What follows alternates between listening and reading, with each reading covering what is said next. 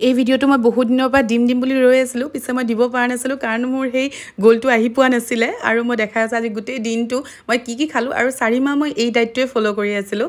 ৰাতিপুৱা উঠি ঢেৰ সাৰা পানী, তাৰপিছতে খাওঁ অকণমান জুচ, যিকোনো জুচ, বিটৰুট জুচ হওক বা এছগৰ্ড জুচ হওক। তাৰপিছতে অকণমান ৱৰ্কআউট কৰি লৈ ব্ৰেকফাষ্টত মই খাওঁ কিবা এটা শ্বেক, হয়তো বানানা, হয়তো অ'টছৰ, তেনেকৈ ৰেচিপি দিম বাৰু। আৰু মিড ডে স্নেক্স হিচাপে খাওঁ ফ্ৰুটছ। আৰু দুপৰীয়া খাইছিলোঁ আজি ৰুটি। পিছে মই কেতিয়াবা ভাতো খাওঁ, যিদিনাখন দুপৰীয়া ভাত খাওঁ সিদিনাখন ৰাতি ৰুটি খাওঁ। ভাতটো এক টাইম খাওঁৱেই কিন্তু। আৰু লগত থাকে ঢেৰ সাৰা দৈ, কাৰণ মোৰ দৈটো একদম কম্পালচৰি আছিলে। আৰু এই ডায়েটটো মই 4 মাহৰ পৰা ফ'ল' কৰি আছিলোঁ।